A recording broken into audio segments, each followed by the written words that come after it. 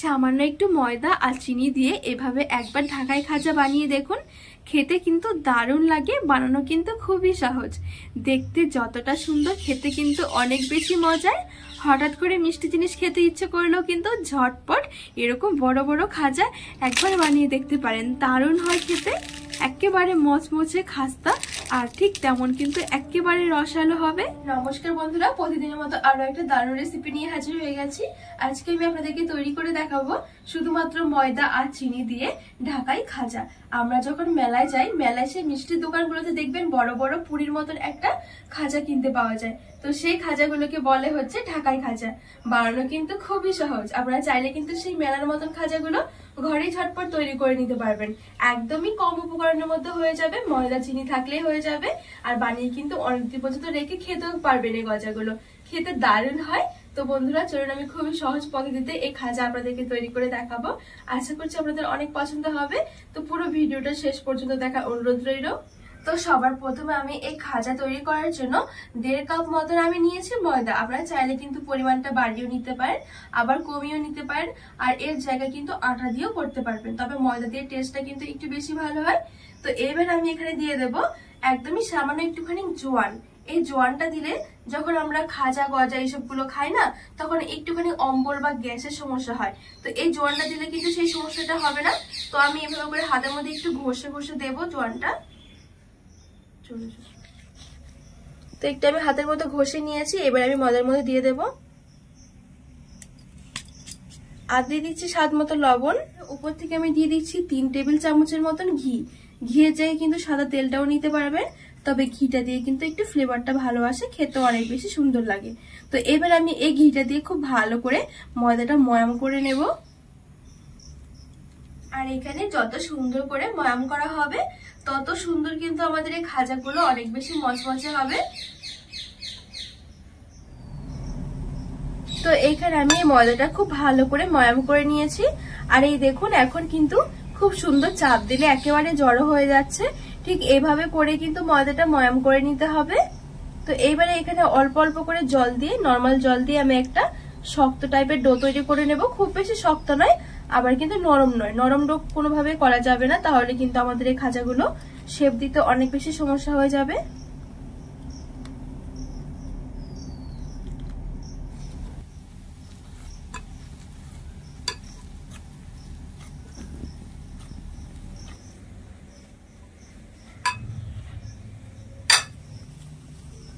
তো এখানে আমি খুব সুন্দর করে ডোটা মেখে নিয়েছি। একেবারে কিন্তু নরম নয়, আবার কিন্তু শক্ত নয়, একটা সফট ডো তৈরি করতে হবে।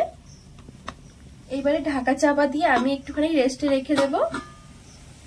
তো এদিকে ময়দার ডোটা রেস্ট হতে হতে আমি এদিকে করে নেব খাজাগুলোর জন্য একটা চিনির শিরা। তো এইখানে আমি 1 কাপ মতন চিনি নিয়েছি। এবার চিনিটা আমি কড়াইয়ের মধ্যে দিয়ে দেব।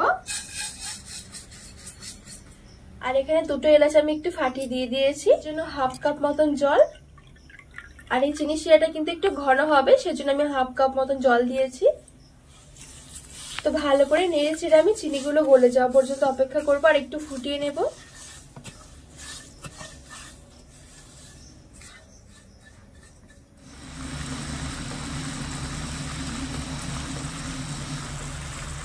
তো এখানে কিন্তু আমি চিনিগুলো খুব সুন্দর করে গলিয়ে নিয়েছি।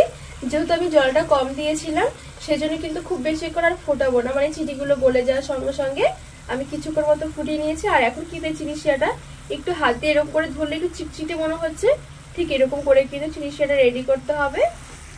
আর এখন এই চিনি শিরাটা হাত দিয়ে ধরলে এই দেখুন হালকা করে কিন্তু একটু তার হতে শুরু করেছে, একেবারে খুব বেশি তার নয়, তাহলে কিন্তু চিনি শিরাটা ঠান্ডা হওয়ার সঙ্গে সঙ্গে পুরো জমে যাবে।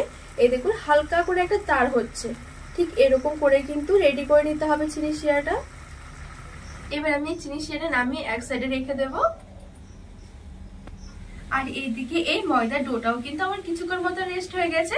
খুব বেশি একেবারে রেখে দেওয়া দরকার হবে না, যতক্ষণ চিনি শিরা করতে টাইম লাগবে ঠিক ততক্ষণই মতনে কিন্তু আমি এখানে রেস্ট রেখে দিয়েছি। এবার একটু হাত দিয়ে ভালো করে মেখে নেব।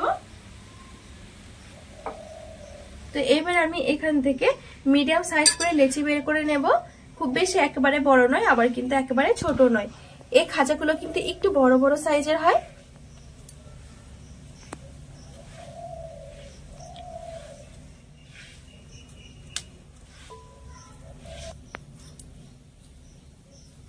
তো এখানে আমি 7টা মতন লেচি করে নিয়েছি 1.5 কাপ ময়দা থেকে।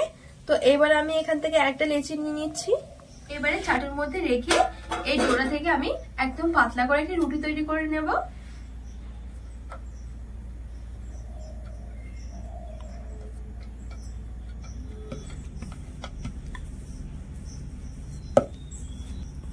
তো এই দেখুন আমি এখানে কিন্তু খুব সুন্দর করে রুটি বেলে নিয়েছি, একটু পাতলা করে বেলে নিয়েছি। এবারে আমি এখানে একটা প্লেটের মধ্যে 2 টেবিল চামচের মতো নিয়েছি শুকনো ময়দা, আর দিয়ে দিয়েছি 2 টেবিল চামচের মতন ঘি। এবারে এই ঘিটা দিয়ে আমি ভালো করে ময়দাটা একটু মেখে নেব।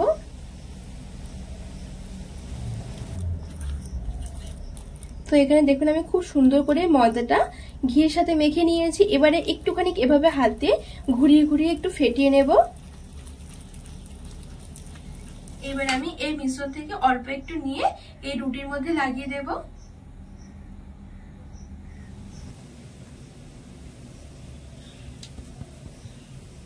তো এখানে আমি চারিদিকে খুব সুন্দর করে ঘি আর ময়দার মিশ্রণটা লাগিয়ে নিয়েছি।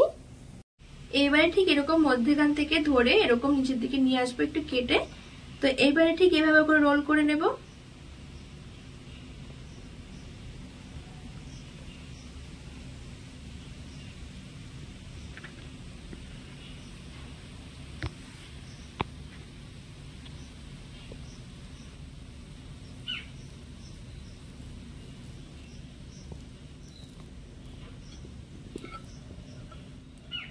এবারে এই সাইডটাতে আমি একটু জল লাগিয়ে দিচ্ছি। এবারে ঠিক এভাবে করে ধরে এরকম লাগিয়ে দেব। এটা কিন্তু আর ভাজার সময় খুলে যাবে না। এইবারে এই দিকটা ধরে ঠিক এরকম করে এই সাইডগুলো আমি বন্ধ করে দেব। দেখুন খুব সুন্দর করে বন্ধ করে দিয়েছি। আর এই দিকটা, এই সামনের দিকটা আমি একদমই সামান্য একটু করে কেটে দেব, খুব বেশি একটু না, একদমই সামান্য। এই দেখুন, আর এখানে একটু তেল লাগিয়ে দিচ্ছি। এবার হালকা করে আমি প্রেস করব এভাবে।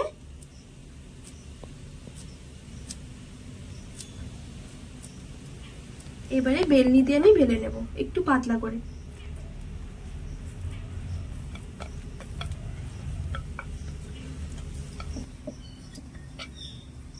তো এখানে আমি খুব সুন্দর করে বেলে নিয়েছি। খুব বেশি একটা মোটা করিনি, আবার কিন্তু একেবারে বেশি পাতলা নয়, একটু মোটা ভাব রাখতে হবে। এবার আমি খাজাটা আমি তেলের মধ্যে ভেজে নেব। আর এখানে আমি কিছুটা তেল আগে থেকে মিডিয়াম গরম করে নিয়েছি, একেবারে বেশি গরম নয়, আবার একেবারে কিন্তু একদমই ঠান্ডা নয়, ঠিক মিডিয়াম গরম হবে তেলটা। তো এবার আমি ছেড়ে দেব।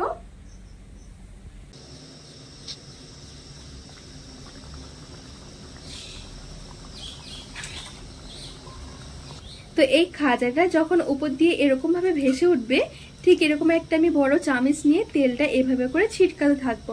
তাহলে যে ভেতরে যে আমি লেয়ারটা করে রেখেছিলাম সেই লেয়ারটা কিন্তু খুব সুন্দরভাবে খুলতে থাকবে। আর এই দেখুন দেখতে কত সুন্দর লাগছে। আর এই খাজাগুলো কিন্তু একটু মুচমুচে হবে, তো সেই জন্য ঠিক এই অবস্থাতে গ্যাসের আঁচটা একটু কমিয়ে মুচমুচে করে ভেজে নিতে হবে। আর কিন্তু এই খাজাগুলো একটু সাদা সাদাই হয়। তো ঠিক যখন লেয়ারটা খুলে যাবে তখনই কিন্তু গ্যাসের আঁচটা বন্ধ করতে হবে। তো এখানে মোটামুটি আমি 5 মিনিটের মতন ধরে এই খাজাটা ভেজে নিয়েছি। একটু সময় নিয়ে ভাজতে হবে, তাহলে অনেক বেশি মচমচে হবে। তো এবারে উল্টো দিক করে তেলটা আমি ছেঁকে নেব। তো ছাকা হয়ে গেলে এই গরম গরম খাজাটা আমি চিনি শিরার মধ্যে দিয়ে কোট করে নেব। তো খুবই সহজ বন্ধুরা তৈরি করা।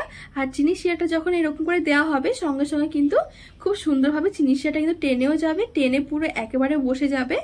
খেতে কিন্তু দারুণ হয় এই খাজাগুলো। অল্প সময়ের মধ্যে কোনো রকম মিষ্টি জিনিস খেতে ইচ্ছে করলেও কিন্তু ঝটপট তৈরি করে নিতে পারবেন। তো ঠিক একইভাবে আমি সবগুলো খাজা এইভাবে করে ভেজে চিনি শিরার মধ্যে কোট করে নিয়েছি। আর এই দেখুন দেখতে কতটা সুন্দর লাগছে। আর খাজাগুলো দেখুন কতটা বড় বড় হয়েছে।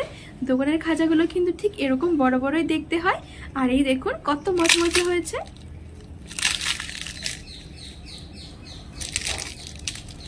খেতে দারুণ লাগে বন্ধুরা, অবশ্যই একবার হলেও বানিয়ে দেখবেন।